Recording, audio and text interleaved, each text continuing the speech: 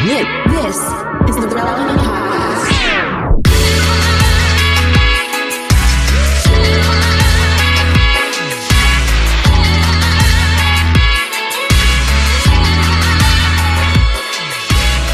It's episode 1040, and it's the Relevant Podcast. Here in Orlando, I'm your host, Cameron Strang, and joining me from Loverland, Virginia, it's Jesse Carey.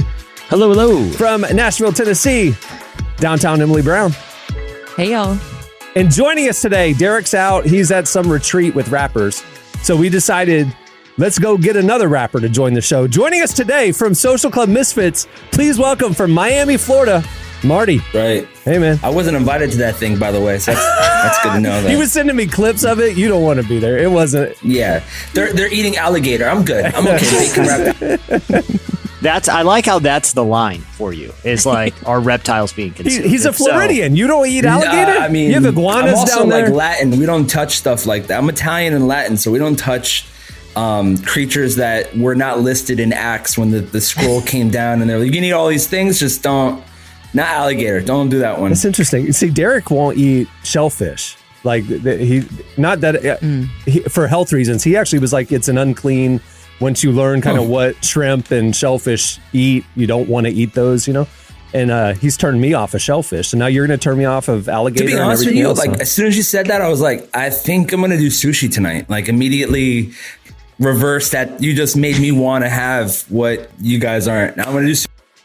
That's the beauty of just not thinking about stuff. Just like anything I consume, I don't think about the consequences at all. Ignorance is bliss. It's like when the guy makes the chicken nuggets and then he's like, who wants them? And all the kids are like, we all want them still after like the bone and the gristle just in that one movie. Yeah. Anyway. Well, it's like that one viral video from years ago where it showed like McDonald's chicken or some fast food. I don't want to malign the wrong fast food restaurant, but it was basically like the pink goo. Pink goo coming out like a caulk gun. It was McDonald's. And it was like, honestly, this is not going to prevent this changes nothing for me. Absolutely nothing. I remember when we watched Super Size Me in like our high school health class, because that's what the Texas public education system thought was good. Like half the students afterwards were like, should we go to McDonald's after this? Like it just made them want McDonald's. It did not like deter them at all. Because I'm not going to McDonald's for the salad. You know, like if you're doing that, you're lying to yourself. I'm sorry. But I have a saltwater aquarium right next to my desk, and I look at what those shrimp and things eat, and it does not make me want to eat shrimp. Trust me. Well, that's because they're in a controlled. You're giving like little, it's like little pieces of squares that they're eating, right? You have to drop that into the tank. No. That's what. No, the fish do. What the shrimp eat is the poop and the decay and the stuff on the bottom. That's what the shrimp eat. That's what I'm saying. Like fish eat food. I hate to break it to you, but like my mom grew up on a farm. So like I've been around like pigs, cows, all that. They're not the healthiest of animals either. So yeah, that's true. Well, there's a lot of people don't eat bacon and pork. It's true. Yeah. For those reasons. It's an unclean animal. But it tastes good. Yeah. So we're free in Jesus. We can eat whatever we those want. people who like also eat all those things, they're not good. They live to like 97 years old like that. And they smoke cigarettes every day. Then the guy who takes care of himself, who's doing a marathon, he dies at 35 because he had a heart attack. Doesn't matter. Yeah. There's two. Yeah. You're tapping into Jesse's philosophy. Life's not fair. My thing is like, I think and this is not grounded in science or medicine. This is pure gut feeling, which is how I live my life, because the jury's still out on a lot of that stuff. My gut's never wrong. And it's telling me that it doesn't really matter what you consume at the end of the day. It's a disposition, If you live your life in a way that you're loving life, I think you're going to end up like that 104-year-old Twizzler eater. You know what I mean? It's all about mindset. I agree with that's a really good thesis. I like that. Yeah, I mean, I guess that makes sense because your mindset, I mean, we know so much now about how brain chemistry affects your mood, your energy, depression, not chemical imbalance. And like, so you're right. Like a positive mindset is releasing serotonin. It's releasing good vibes throughout your body. Your body's healthier. It makes sense. I'm going to get some fries after this. That's good. Thanks, Emily. Now I'm going to go get some Super Size Me. Yeah, I think you're tapping into the philosophy of, what was it? Not The Shack, The Secret. What was the thing that Oprah got into? Oh, the one that generated a cult, The Secret? Yeah. It's basically that. It's, I'm putting it out in the universe. Right. It's like positive vibes I'm putting out in the universe are like the hot dogs I'm putting into my body. They're going to return to me Yes. in valuable ways. Yes. That's I like I'm how thinking hot dogs about now it. say now using real meat. I'm like, what the heck were you using before this hot dog? I don't want to Yeah. know. I do not want to know what pre-meat hot dogs were made of. Well, you know what they're because I was about to say they put plastic in it, but you know what they're finding in fish, right? That if you eat wild caught fish, there's so much plastic in the ocean and in our waterways now that fish have ingested so many microplastic particles that if you eat fish, you're putting plastic into your body. So they're doing autopsies on humans and they're finding all this microplastics in dead bodies because of the fish we're I eating. hate this topic, guys. I'm just saying.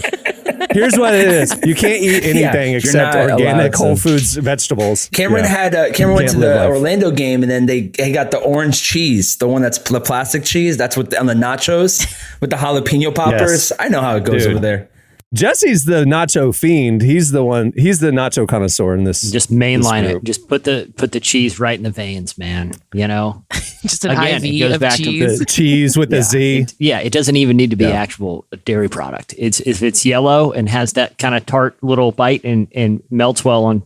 Yeah, exactly. Just give it to me. All right. Well, we have a great show in store for you today. Coming up later, we have some serious topics to discuss. David Kinnaman from Barna joins us. There's been a lot of studies lately about kind of Gen Z, millennials, the future of the church. And so we talked to him about that. You don't want to miss that. At the end of the show, we have a little get to know you with our friend Marty, a little table topic session in queue. But stay tuned right now. Up next, it's Slices. Tired of trying to survive. Tired of fighting for my life. I'm just like anybody, anywhere, navigating complicated times. But I'm trying to survive. You're listening to Colony House. The song is Trying to Survive. Today's podcast is brought to you in part by Mercy Ships. Globally, 5 billion people lack access to surgical care. In sub-Saharan Africa, there's only one surgeon for every 200,000 people. Mercy Ships provides free, life-transforming surgeries for people who have little to no access to medical care. They help the blind see, straighten twisted limbs, remove deadly tumors, treat cleft conditions, and so much more. With state-of-the-art hospital ships, they provide safe surgery to children and adults living with treatable conditions, and it's completely free of charge. They do all this work with an all-volunteer crew of professionals who donate their time and talents. Surgeons, stewards, nurses, engineers, and more make the world a better place. Your donation today provides free, safe surgeries to people in desperate need of help. All gifts are matched, so please donate today at mercyships.org/relevant. Today's podcast is brought to you in part by Tim Tebow's book, Look Again. Have you ever wondered what would change if you truly believed you were infinitely valuable to God? In his New York Times bestselling book, Look Again, Tim Tebow reveals the powerful truth that when we learn to see the image of God in every person, including those we struggle to love, everything changes. Tebow shares incredible stories from his work with people the world often overlooks, and it will challenge you to stand up to the lies, rediscover the worth that everyone has, and impact the world for good. Find Look Again by Tim Tebow, available now wherever books are sold. Okay, it's time for Slices. What do you have, Jesse? Yeah, I wanted to talk about the MrBeast controversy. Is it a controversy? Is it? Well, that's my question, right? for people who don't know, he recently, he's the biggest YouTuber in the world. Recently released a video where he is providing cataract surgery for 1,000 patients who are suffering from various degrees of blindness because they can't afford the surgery. And he, it's sort of this feel-good YouTube video. Right. And, it's been criticized because a lot of people are saying it's performative altruism and that he's, benefiting from other people's suffering. Now, he's a pretty charitable guy, and he's recently, in response to this, said that he's pledging to give away the entirety of his wealth before he dies. But he's received a lot of criticism, basically because of the performative angle or people saying that it's exploitive. And there's some people were saying that he was profiting from it. So, like, sure, you're going to give away 1,000 surgeries. It costs you X amount, but this video will make you so much more. You're actually profiting on charity, whatever. So he had to address that as well. Yeah, which I guess my thing is, even if that's the case, does it matter? And Well- do you guys think he is, it should be subjected to this type of criticism? I have two thoughts. Number one, he did respond to the accusation of profiteering, and he said his average YouTube video this past year lost $1.5 million. He's like, what we spend on these big acts and these big charities and moments and things like that does not get made back by advertising revenue. He's like, we lose about $1.5 million. So that's just an unfounded accusation. And then but the idea of like, I don't know, like it's amazing you're so generous, but do you have to do it for the camera? That kind of, it's kind of a valid thing in my mind. I mean, the Bible talks about that, like to like be generous in secret sort of a thing. So it's like, I don't know. But the other question is like, if he wasn't doing it on camera, would he be able to do it? That is his platform, right? You know what I mean? Like he's a content creator. That's what it enables him to have all this money to do charitable things. I get, I get the idea of performative altruism or receiving your earthly reward here via YouTube comments and little likes on YouTube or whatever, or YouTube ad revenue in this case. But does it really matter if at the end of the day, 1,000 people that couldn't see can see now? Well, and the non-cynical side of me says, hey, he's setting a great example to his generation to say like, hey, if you have a lot, you should do a lot of good with it, that kind of thing. So I think it's like, we don't have to be cynical and like, think that everybody's out for the wrong reasons. But and the other thing too is he's 24. I mean, he's like hardcore Gen Z. And you got to remember, Gen Z films everything. They have lived their entire life on TikTok and on IG and whatever. And it's like it doesn't even cross their mind to not film going to the gym or, doing a big thing like this and putting it online for people. So it's like, I don't think there's ulterior motives. I don't know. I just think people like to be complaining about stuff. Yeah. There's also performative outrage is just like performative altruism, where if I find myself outraged at something, especially if it's something contrarian, like, well, I'm going to tell you why you're wrong for liking the new MrBeast video. There's something performative about that, just like they're accusing him of a performative thing, Yeah, I think just like the fact that I think he started doing this when he was like 13. So it's like over almost half his life he's been like filming it. So it's like, I don't think he's doing it for like a performative reason. This, like you said, Cameron, like this is just what he's always done, is just like record things, do it online. But I also think there's so many other content creators who are 24 and are just very selfishly posting their own life and their own daily activities, which is fine. If that's what they want to do, that's okay. And it frustrates me that when this person who has the means and is doing something to truly like change someone's life, when it's met with criticism, it's like, I think there's times where there could be valid criticism. This is not one. Like the performative aspect of it, you can make that argument for anything. Like I could do something really kind and just like share it with my friend, and they could immediately be like, well, why do you like, it's easy to critique, or you could just say, hey, that was really good that you put something good out in the world when there's so much bad going on. And so I'd rather celebrate the good things happening than like critique the quote unquote negative things. Marty, you're a professional content creator. You live on social media. I was waiting for this moment. I'm about to say some stuff right here. Do it. Bring it. First off, bring some heat. I think first off, I just laughed because I don't think most people have seen this video. I think that everyone's talking about the title of it. I don't think anyone's seen the video. I'm pretty sure on the video, when I was watching it, he's sharing the stories of everyone and their blindness. So it's like a Benny Hinn crusade, if you will. It's like they're sharing, they're like, Pastor Benny, he's been blind for 12 years. And so this is Robert. And he's, they're telling the story, which is great. But also, I mean, I agree with Emily, the video before was making the world's largest hot dog. At least he's doing something positive with the video, you know what I'm saying? Human Squid Game in real life. His videos are pretty much, they're supposed to. I remember I saw his TED Talk or something he did where he was talking about how he spends 3 hours on his thumbnail.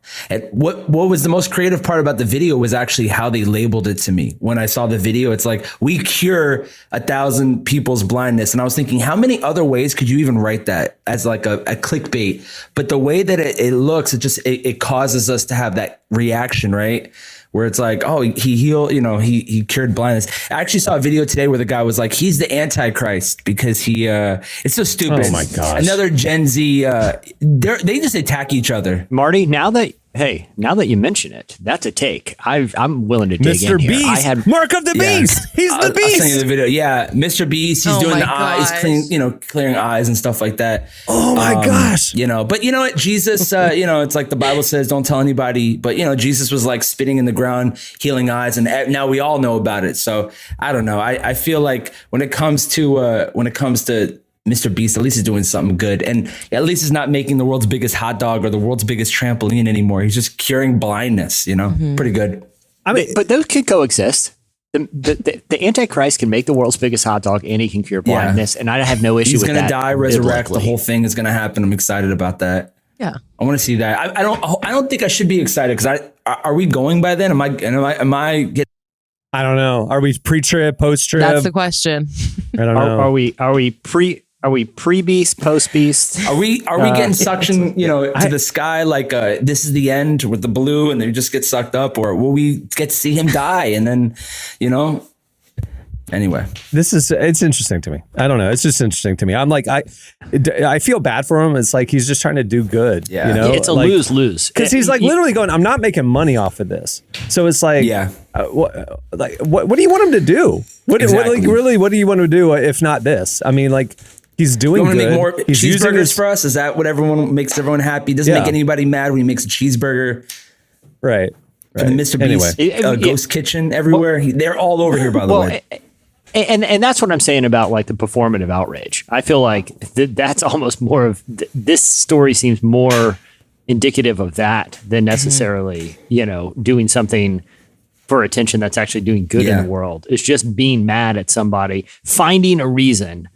We live in a culture where we're very grievance driven, especially online culture. It's very grievance driven.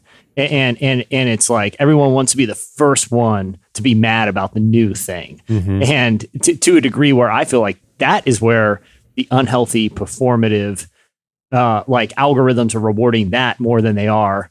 Oh man, can you believe this guy helped a homeless person and now he's getting clout on Twitter? It's like, that's fine. Let's get more of that instead of getting clout for being mad at this person helping the homeless person. I agree with you, man, because it's like I feel like in the last 6 years, the partisan political discourse and the fighting and the arguing online, it's like, if somebody's on the other side of your line, they're on the other side from you, no matter what they do or say, you have to find the thing that's wrong about it and criticize it. And I think it's just like ingrained in our culture now that if you're unfamiliar with somebody or you don't really know Mr. Beast or what his motives are or whatever, you're going to assume negative things about them because that's just how we've been taught over the last 6 years, right?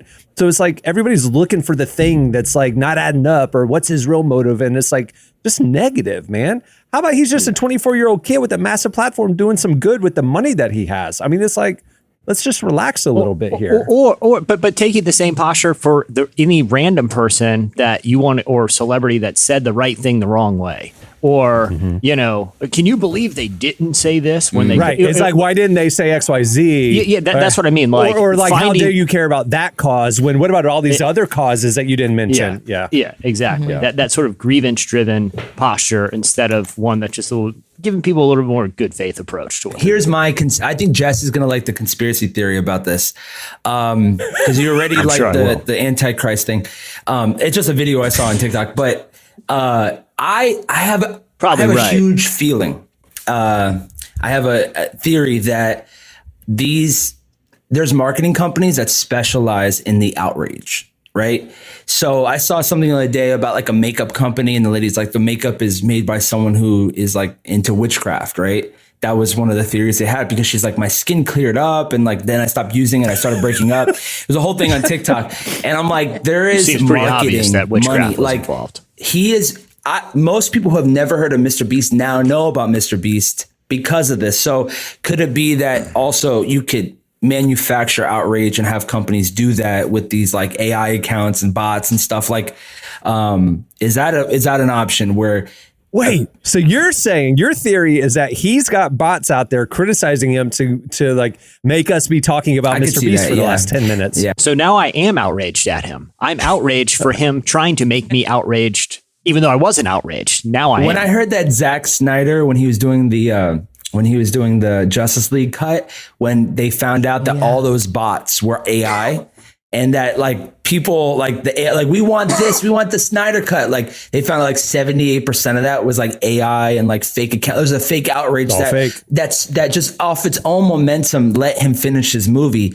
So I feel like fake outrage is a business, and if there's a marketing company that specializes in that, like, you know, because really he has done nothing wrong. He's doing something great, like Emily said, for the world. But the fact that we can create outrage. Now my mom's asking me about MrBeast. She's like, who is MrBeast? My mom never knew about, unless it's on 700 Club, my mom doesn't know what's going on. So the fact that, you know, that happened, I'm like, oh, okay, like maybe this is a little too smart, you know? That's funny. All right. What do you have, Emily? Okay, so Valentine's Day is coming up, and a San Antonio zoo has announced that for a small donation, they will let you name a cockroach after your ex, and they'll feed it to an animal. Oh, wow.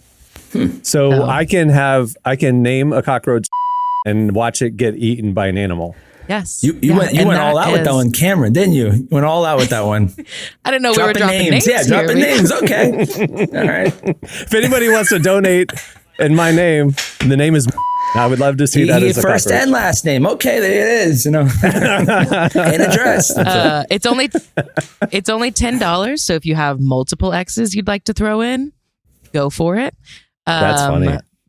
But yeah, so it's, you know, it's kind of an interesting version of therapy, I think. I don't know if it actually works, but it makes it interesting. Is there like a webcam where you get to watch get eaten? Or is it just you know that it's happening? I can't handle the fact that you keep doing the name. Let's bleep this, Jason, in post. By the way, I'm going to go ahead and just as a longtime friend of the show, just bleep it or just punch in some other. You should be like friend, you know, like just someone else's voice. Friend. If friend gets it gets eaten by what again? Just the zoo animals. Just any animal? Yeah, just different animals. Oh wow. Wait, what, do they I guess feed cockroaches? Yeah, that's what I was like. probably What to eats a the cockroach? Snakes, probably Yeah. the snakes and spiders and Yeah. stuff. Maybe. You can also, if you don't want to do a bug, you can do a vegetable for $5 or a rodent for $25. They're just making So money right you have now. options They're just there. making money. They are. I was going to say this sounds like a scam to me. I'm just straight up. Like it's like oh, you can name a star. And it's like, if they're not, who's registering this? Like, who, you know, who's like in charge of space real estate? And they're like, he's, you know, he paid $10 for that online certificate. That star is his now. That the entire planetary ball system around that ball of gas. He went to this random website and printed off the certificate. So that's what this seems like, you know? It's just kind of a little novelty scam. But where's the $10 going to? Just zoo The upgrades? zoo. They got to Yeah. raise money. They're broke. Terrarium Good upgrades? for them. I will say you can do, I think my favorite one is you can do like a package, which is $150, but they send, so when you pay for it, you get a video, but for the $150, they will send a personalized video to The the X. recipient of the, Wow. No. Wow. Well, Cameron's all in right now. You might want to just drop the link below. I say it's getting a little weird. It's getting a little That's weird. petty. I love it. It's getting weird at the zoo. Yeah. Someone at the marketing person at the zoo has suffered heartbreak. recently that been none of us He was can doing it imagine. before, and they just caught up to it. There you go. Yeah, that's They're like, we got to monetize yeah. this. This is smart. This is very, very okay. All right. You know, But who would send it? Like they win if you send the video to the ex. You know what I mean? They're like, oh, I'm still on your mind. I've moved on. You know what I mean? You don't send the I think video. if you're paying $10 for a cockroach to eat your Can ex, you send them the cockroach? Is the question. Just send the a live box. cockroach. They open the box and cockroaches just come we're out. spiraling It's like the old because now glitter bomb. Cameron's getting ideas, and I he's like like, it. wait a second, did they sell this? Send it to the house because I have the address. Wait, so we'll Let do me like a write this glitter down. bomb, but it's cockroaches shooting out all over the apartment. I like it. Let's do Yeah, it. this seems healthy. This seems very healthy for all parties involved, including the Absolutely. cockroach. Have you seen those YouTube and TikTok videos of like guys who are like getting their packages stolen off their front porch? love those So they videos. booby trap Yes. the package, and it has cameras and stuff, and then tracking Fart devices, spray. and like, fart spray, horrible sirens, fog, like it squirts goo out of it. And it's so funny because you're watching the person on camera like freaking out and trying to put the box back together and they can't. It's great. Yeah. It's always some like we'll do that with the sad cockroaches. Latin family that has like a flag on the wall in the back and like it's like really like dingy, how like they need help. And so it's like now all their stuff is glitter on it. Their Mexican blanket of a jaguar has glitter all over it. You know, it's the whole thing. So sad. It's always in like downtown California. It's like Inglewood. It's like a family that actually possibly needs stuff. And now they have glitter all over their, you know, it's a 1-bedroom studio. They're all huddled around opening this package of Beats by Dre. It's always a sad video if you really think about it. Yeah. If I caught like one of the, porch pirate, like taking my, my Amazon box, right? I don't know what my reaction it would be. Like, you know what I mean? Like, I don't know how much I would just be like, seriously, are you taking it? Wait, are you talking about like you're catching them in the act, or you just found out later it was taken? No. If I like, saw them through the window, and I opened the door and caught them in the act, would I just be like, why don't we set that? I've caught somebody do it. One of my next door neighbors did it once to me. And what happened? I opened the door shirtless. The worst, like I looked like, it looked like just something that he didn't know what was about to hit him. It was the exact opposite thing that he wanted to happen. I opened the door and I'm like a shirtless man opening the door. Who are you? And he was like, I thought it was my package. I go, you thought this flat package was your package? On my doorstep. Yeah, and he just, he did, I remember him just backing away slowly. And I was like, so then when he was walking his dog the next day, I go, hey, did you ever find that package again? And he was like, no. I'm like, okay, great. Like I carry. Wow. That's awkward. Yeah. That's awkward. It was pretty bad. Like I was like, don't rob your neighbor. Yeah. I mean, go to the next I know neighbor. what you look, and I have a Ring camera. I know what you look, you know what I'm saying? I know what you look like.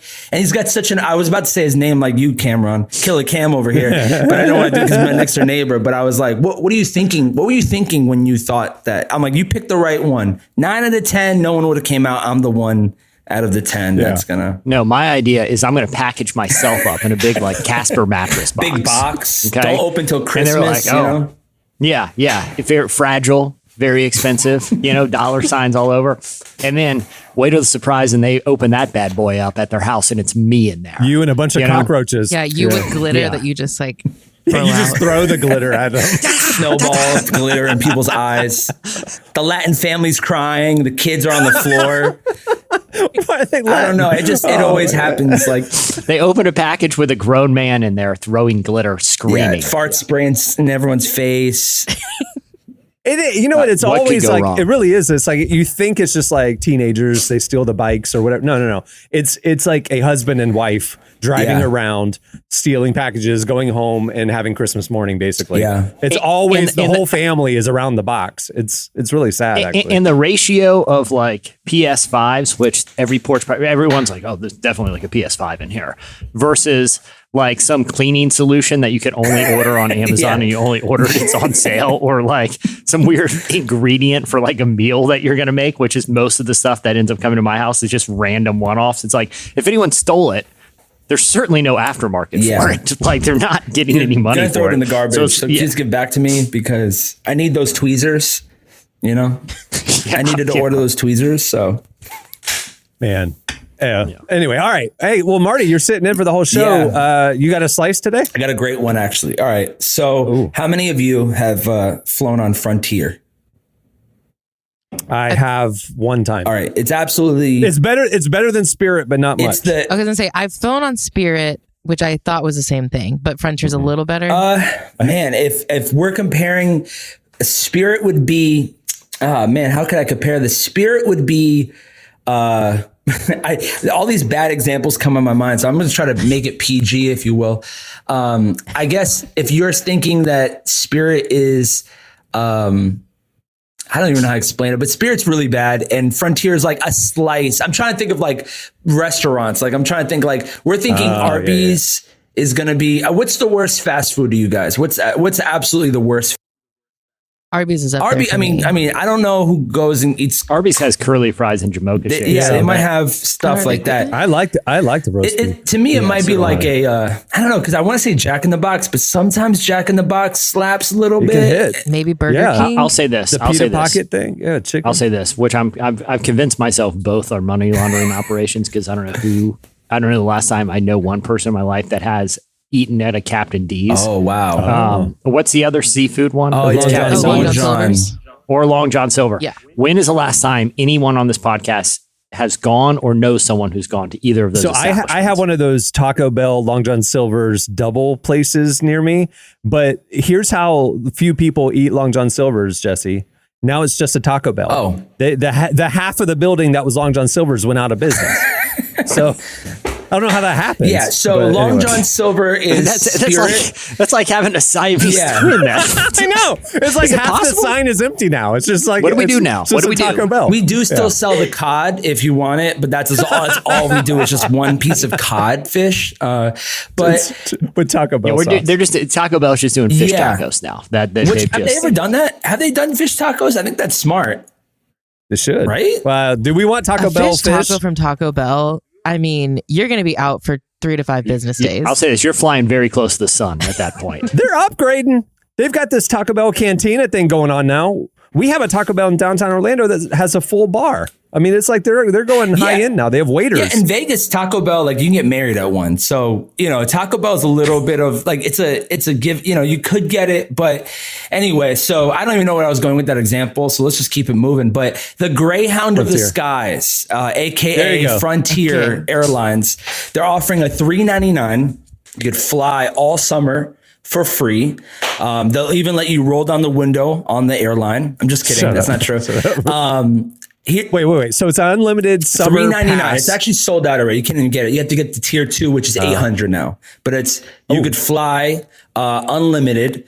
Here's the catch, because no one ever reads the catch. Ready? You have to book it a day before. International 10 days before. So if you're saying, I want to fly tomorrow to Denver, you have to book it the literal day 24 hours before. That's the catch. International 10 days. But you could fly. And then, Frontier goes 6 places. I don't know. I mean, they go, it's everything's out of Denver, It's always like, it's not even like a normal airport. It's like they have to come out of the Illuminati airport, which is the Denver. You guys know about the Denver airport being Oh yeah, it's crazy. yeah, it's like a swastika or whatever. It's like, if you look at the sky, it's like really sketchy. But they fly to like Puerto Rico, place in Mexico, and like I think just 2 other places. Orlando. Yeah, Orlando. Yeah. So if you want to go and see a Denver game, you can go there. But anyway, it's $3.99. It's first come first serve. Now it's $800. You fly I unlimited. like the idea. I mean, it's just summer, so it's like. But you have to also buy your seat. That's another thing. You got to buy your seat. You got to take your bags out. You got to pay for your bags. yeah. By the end of it, it's a $300 flight anyway, just because of all the add-ons that you need to get. Right. I think they should have a lower tier because you can't pick your time or your destination. You just They get on the actually plane do, Jesse. and It's they're a going to land stand-up. wherever. You just stand up on the flight. Standing room only. Also, back there's by the one bathroom. other catch. You have to be with the dogs under the plane. I'm just kidding. No. Yeah. But Spirit Airlines is offering that. I think. They're Spirit, Frontier. Frontier. Yeah, actually, Spirit did it last year. Believe it or not. But I was going to confuse because they're both so bad, so terrible. I would not. If Spirit was offering it, no, thank you. Yeah, they had to I pay would- us to fly. But just think about this, right? How bad is business where now you have to offer a $3.99 fly anywhere Unlimited. across the country ticket to go to 6 or 7 different cities? And I don't know. I mean, if you would even buy, let's say you didn't buy that, you could still fly to Denver for $40. So, you're not really, that's what you're paying for. And it's literally a next day flight. That's the gimmick of it, which people don't read. They just buy it and they think they could fly. You have to wait. It's like, and then I've flown Spirit. I tried to fly Spirit once. The plane never came. The plane that was stranded, and I was stranded in the Atlanta airport for 10 days or something like that. The flight never came. And then I was like, hey, what happened to this flight? And they're like, yeah, it crashed. We don't even know. I was like, okay, everyone but a baby died. Oh, okay, great. Good to know. Can I get the next one? It's just They don't even cover Spirit airline crashes on the news anymore. Yeah, they don't. It's like Unstoppable. It's more news if it actually makes it. Yeah, to Bruce the Willis destination. survived in Unstoppable. When I went on the plane, everyone died but one little baby, and that was baby Bruce Willis from Unbreakable. But yeah, I don't. You have to pay me to fly Spirit. I don't think I could ever do that. I like how also when I was reading the article, there's very little details because Frontier they hide everything, right? So it's like Spirit. If you wanna get a seat with a cushion, you got to pay an extra $50. Mm-hmm. You want an armrest? Yeah, That's $50. Yeah. You want some water? That's gonna be $15. So seat belts like 20, I think. Yeah. You want a bag? You want to bring a purse that's really, really small? $25. So Spirit's going away, right? Good. They merged. Good. It's gone. With who? It's JetBlue. Oh, they probably bought their routes. Had to buy the routes. That's what they're paying for, the routes. They're and all the planes and everything, they'll all get rebranded JetBlue. So Spirit's going away. So now Frontier is pulling up the rear and all the airline. The Greyhound of the sky strikes again. Yep. All right. That'll do it for Slices. Stay tuned. Up next, Dave Kinnaman joins us.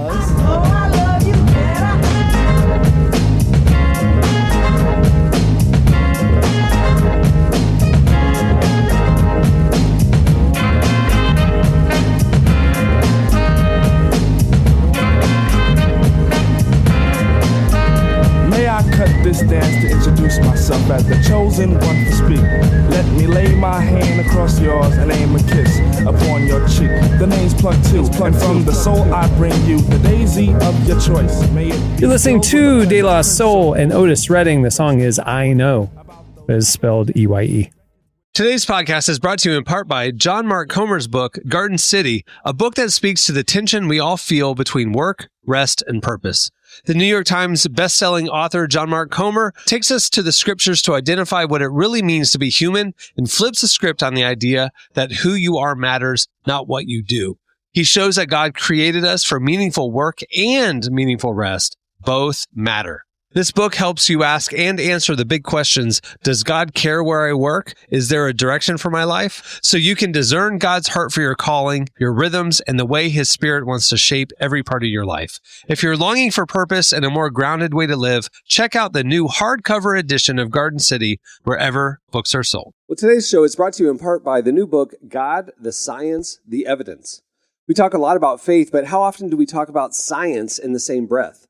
You might be surprised to discover just how deeply the two actually agree. For centuries, science has been used to dismiss the idea of God, but today an intellectual revolution is underway. Modern discoveries in physics, cosmology, and biology are consistently revealing the same truth: creation isn't an accident. That profound reversal is what engineers Michel-Yves Bolloré and Olivier Bonassi investigate in their international bestseller, God, the Science, the Evidence. This book is a rigorous, evidence-based critique of materialism, inviting you to explore over a dozen scientific, philosophical, and historical domains. It shows that what was once seemed impossible, that science could point to a creator, is now supported by a vast and convergent body of evidence. With over 400,000 copies sold in Europe, this book is sparking a global debate. It's thoughtful, fascinating, and a powerful reminder that reason itself affirms the existence of God. Learn more and find out where you can purchase your copy today by visiting godthesciencetheevidence.com. Today's podcast is brought to you in part by Erwin McManus's book, The Barbarian Way. Some books don't just inspire you, they confront you. The Barbarian Way, now celebrating its 20th anniversary, is one of those books.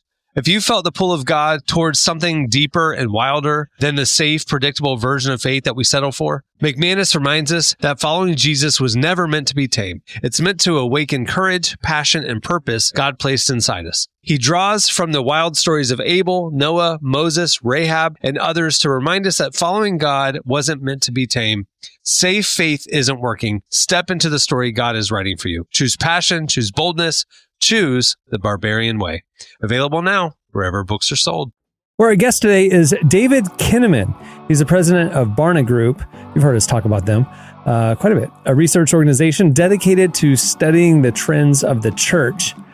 He's been a longtime friend. He sat down with Emily to discuss some of the recent studies that show the growing interest of faith in Christianity and what that might mean for the future of the church. Here's our conversation with David Kinnaman.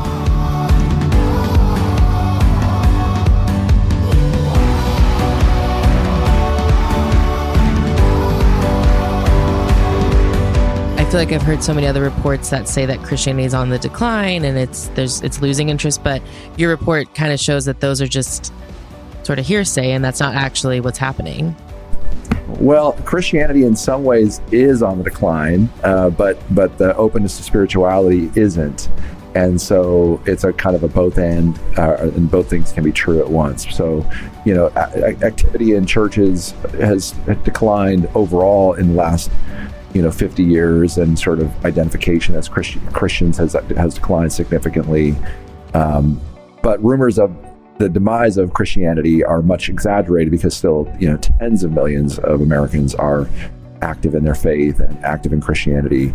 And there are pockets of resurgence, even so much as saying that like millennials and millennials of color are more likely to be attending church today than they were before the pandemic, or at least engaged in a church in some fashion. So there's interesting kind of like ebbs and flows to social life and to spiritual life and how it gets expressed. And we're in, I think, like a very open moment where people are more open to God than we probably could have expected of them. But they're also, they're dealing with a lot of questions. And there's some still residual resentment and hurt that comes from many people towards the church. And so we have to kind of take all that into account.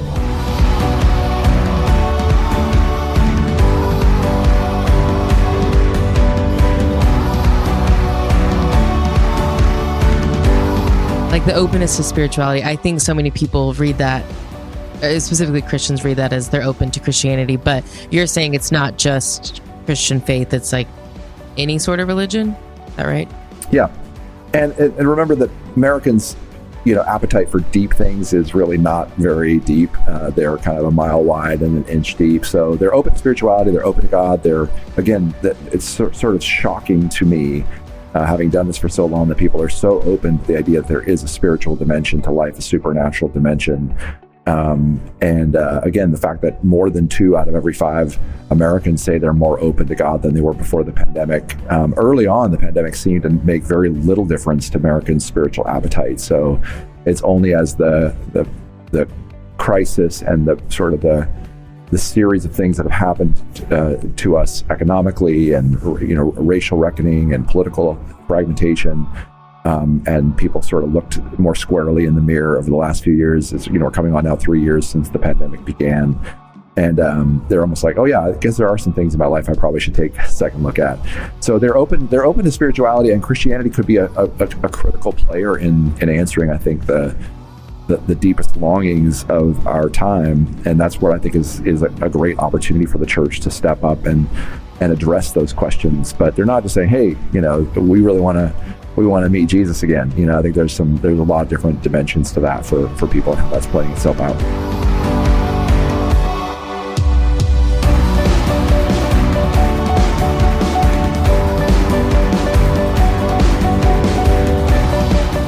Yeah, I feel like I've noticed that too, that it's not that people want to just hear about the Bible, but like you said, like they want it to apply to their life in like a very tangible way. And I think underneath the surface of that too, there's good, healthy questions around what does it mean to be a member of the church? Like, why does the church still matter? And what does it mean to be, after COVID, especially with all the hybrid or online worship, or, I actually think we are, embodied physical people in the physical connection and community. If we are physically well enough to do that is important. But I also think that the church prior to COVID was unrealistic about the notion of what people were doing online, that there's a sort of, it's a big word, but a pedagogical revolution happening in our midst. How people learn, how they think about, what they know, how they know it.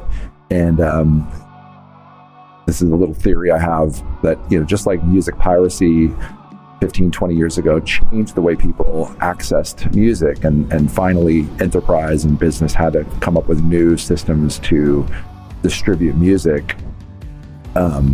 So we've had streaming, and obviously iTunes sort of revolutionized the idea that you could purchase, even on a song by song basis, rather than on an album basis, and so there were business solutions to the notion of music piracy, but I think we're going through a period of what I call learning piracy, that people can learn what they want, when they want, at a price they want, all of which is essentially for free. I mean, you can learn. You can get a PhD in anything, really, if you just were intent enough. And people who are autodidacts, self learners, it's the heyday for that, because you can just go down any rabbit hole on any topic. And I think our digital age is now mediating knowledge. It's telling us what to learn. It's like the algorithms are picking the things that they think we're interested in, and they're going to be far more accurate to our interests and our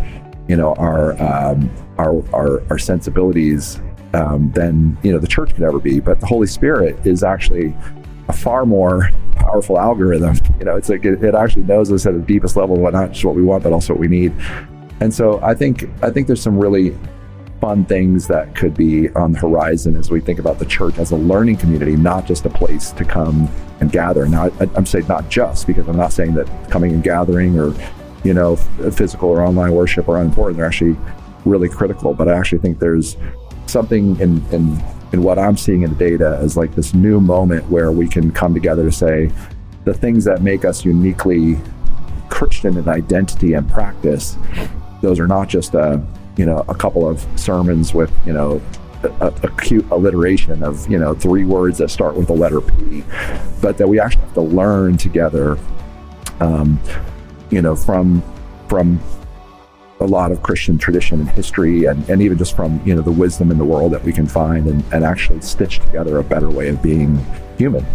And so I think that we're in an interesting era of learning piracy, where I wonder how we can make sense of the way we should live as Christians in a powerful, deep way that is not anti-algorithms, because I think there's some beautiful things we can learn online, but actually is pro Jesus being through and through at the center of all of the things that we learn, and the way we live our lives and orient our aspirations.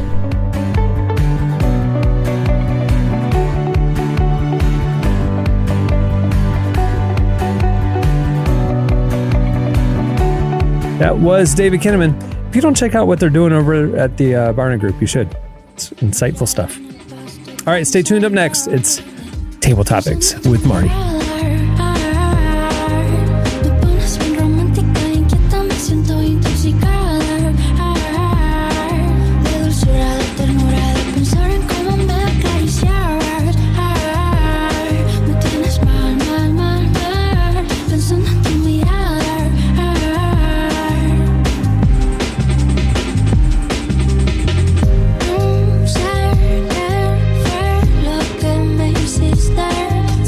You're listening to Foudakush? I don't even know how to say it. Foudakush? Foudequush. The song is Daydreaming. I spelled it for you, so you can go get the song. Okay, well, I mentioned at the beginning of the show, we're going to close out today's episode, get to know Marty a little bit more. I got some table topics here, selected at random order, or I just literally picked them up. All right, anybody can answer these. But, we'll start with Marty. Marty, have you ever been so happy you cried? Yes, I cry a lot, actually. I'm a big crier. Out of happiness? When you watch like MrBeast videos? No, okay. No one's going to relate to me here. No one's going to relate to this, all right? But sometimes I will go on YouTube and I'll Google soldiers coming home. Oh no. And I just want to, sometimes the world's on your shoulder and you just need to cry it out. So sometimes I'll watch it and then I'll start comparing it in like a biblical mindset. I'm like, Jesus, I hope that's the way, like when I see you, when I die, that's how I cry because I'm so. Oh my gosh. It gets into the there's we don't I have to talk actively about avoid those videos. Yeah, because I know will I'll cry. Or like a dog get reunited. Like we don't have to talk about mom anymore. Now we could talk about this to my doctor Finkelstein, who's my therapist. But so sometimes I'll force myself a good cry, and it actually I feel like exhausted afterwards. Then I have to like take a nap. I don't know. I'm like it's a hard cry, but yeah, that's pretty. It's like a child. That's crying. a whole Saturday right there. The whole Saturday's wiped out. I was telling Jason when I got on the call, I'm like, I do like 1 or 2 things a day really good. And that's the one thing I do. And I'll cry and then I'll wake up and my wife's like, what do you do today? I'm like, saw soldier videos. Oh, why do you do that to yourself? About 6 hours. Yeah. I saw The Help and I just cried watching The Help, I saw soldiers come home from every war since the Second World War today on YouTube. I saw George Santos come home from fighting in World War II, Vietnam, and the Korean War, and he's just very inspiring. George Santos, a hero's welcome. Yeah. Absolutely.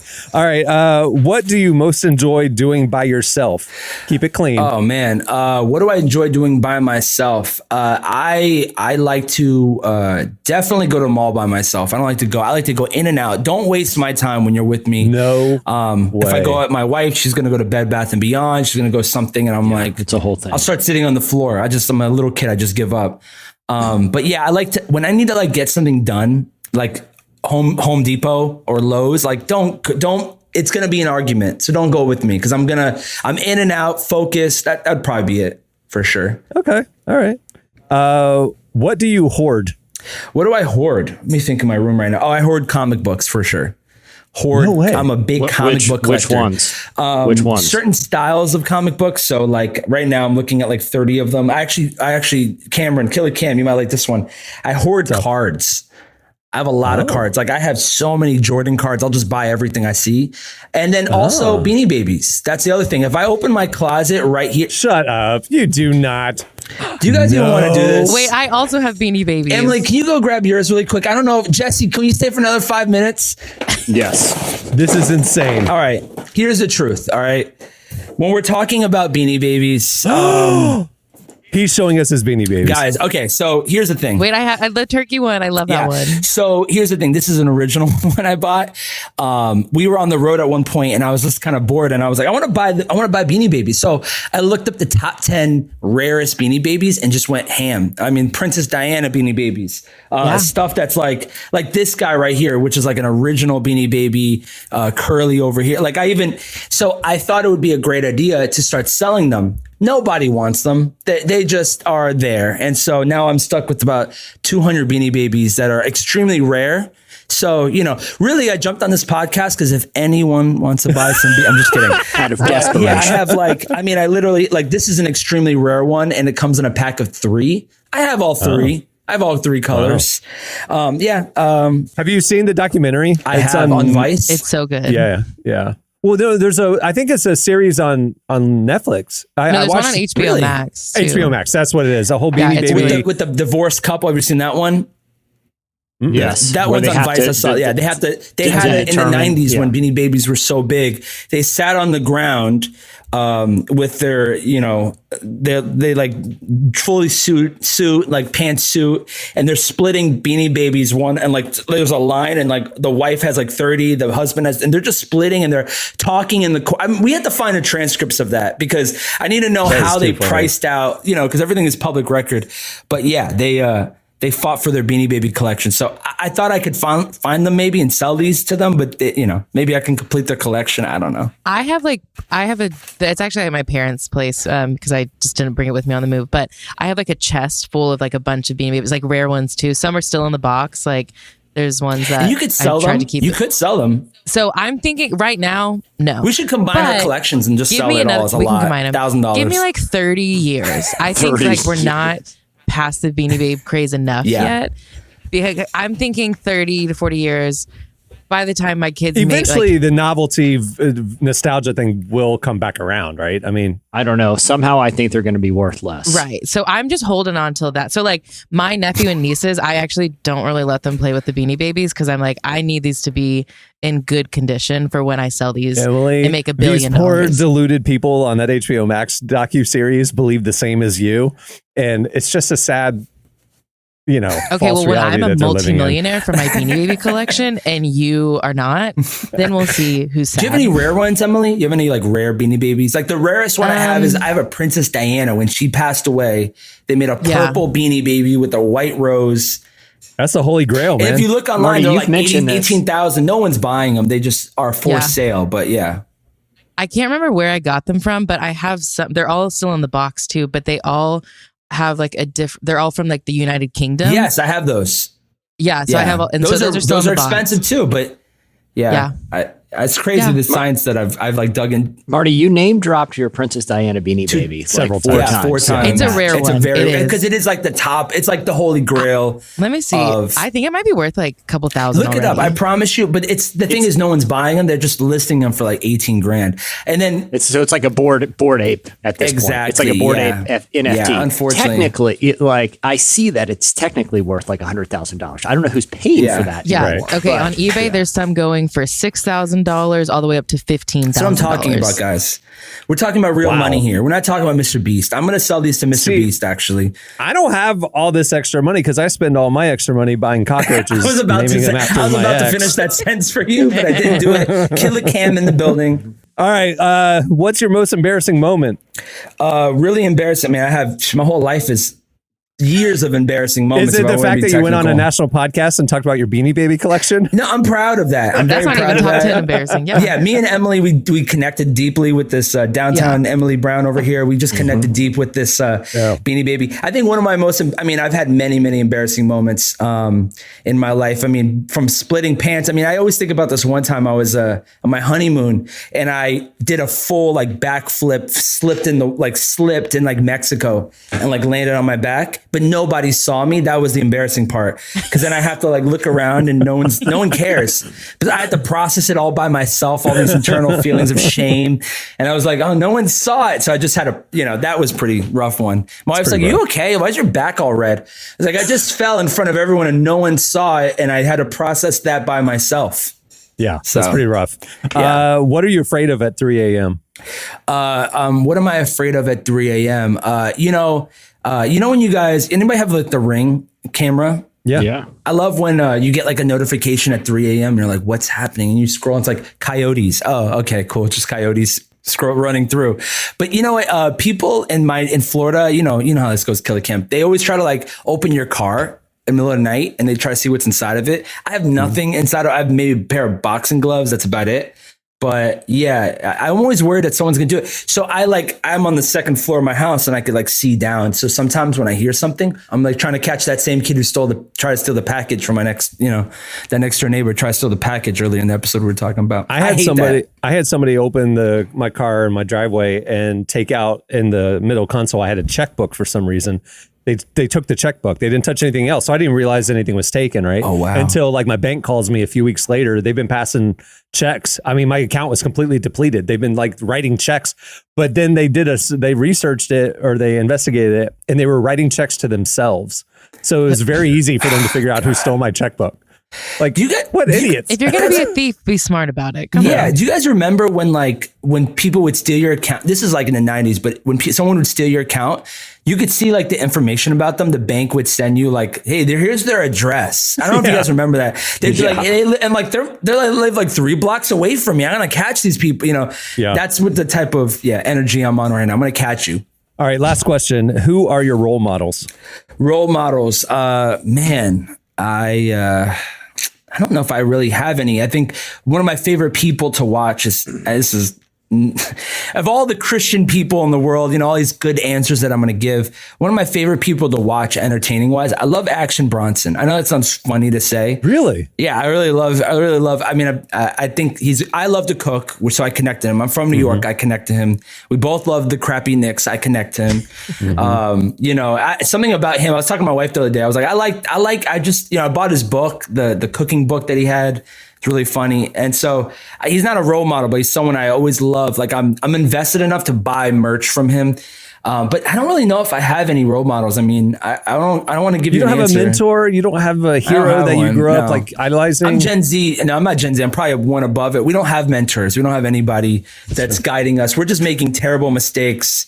And every mentor I pretty much has had a sexual scandal. So yeah, I don't really have any mentors anymore. I mentioned this the other night at dinner. It came up. Every pastor I've had as an adult is no longer in the ministry. Yeah, 100%.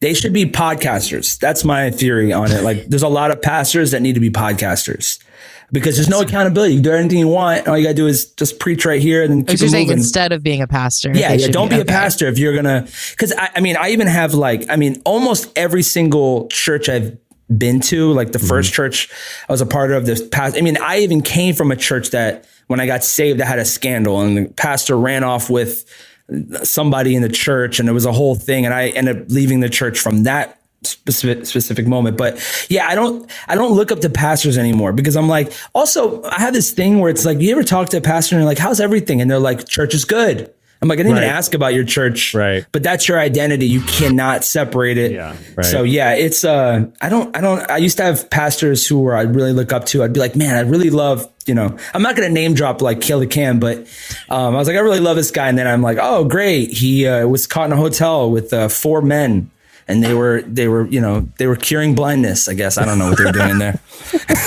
Well, that's just sad, man. I'll be praying for your heart. That's the reality that I live in. So that's why I watch videos of soldiers coming back home. So that's great. Just to cry a little bit. That's so funny. All right. Well, there you go. That's some table topics with Marty. We need a jingle for that. Table topics with Marty. All right, dude. Thanks for sitting in with us today. It was a lot of fun. We'll do it more often. We got to do this more often. Bro, I love doing this. All right. Hey, before we wrap things up, I want to thank David Kinnaman for joining us today. Make sure to go check out everything they're doing at Barna. It's good stuff. Also, check out some of his books. He's authored a number of them, and they're all good. Also, if you like the show, if you like this podcast, you're still listening, but you would love it even more if there weren't ads, you can have that. All you got to do is sign up for Relevant Plus. It's our premium ad-free content experience membership. Plans start as low as $250 a month. You get this podcast ad-free. You get an exclusive subscriber podcast each week. You get ad-free unlimited reading at relevantmagazine.com. You get an ad-free, beautifully enhanced version of our quarterly digital magazine, and a lot more in store this year. You can find out all the information right there at relevantmagazine.com. Just click there on the header or on the nav bar where it says Relevant Plus. It tells you everything you need to know. All right. On that note, we'll wrap things up. I'm Cameron Strang. I'm Jesse Carey. I'm Emily Brown. I'm MrBeast. I'm just kidding. It's There Marty you go. in the building. What's going on? All right. We will see you guys on Friday. Have a great week, everyone.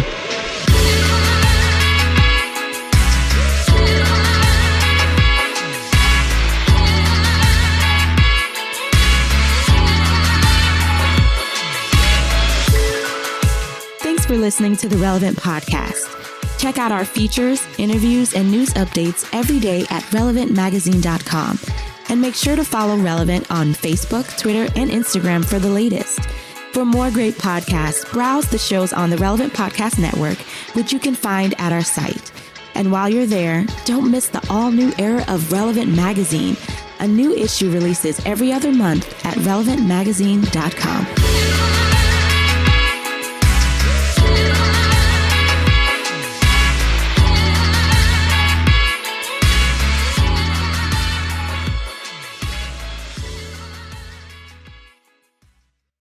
It doesn't really matter what you consume at the end of the day. Relevant Podcast Network.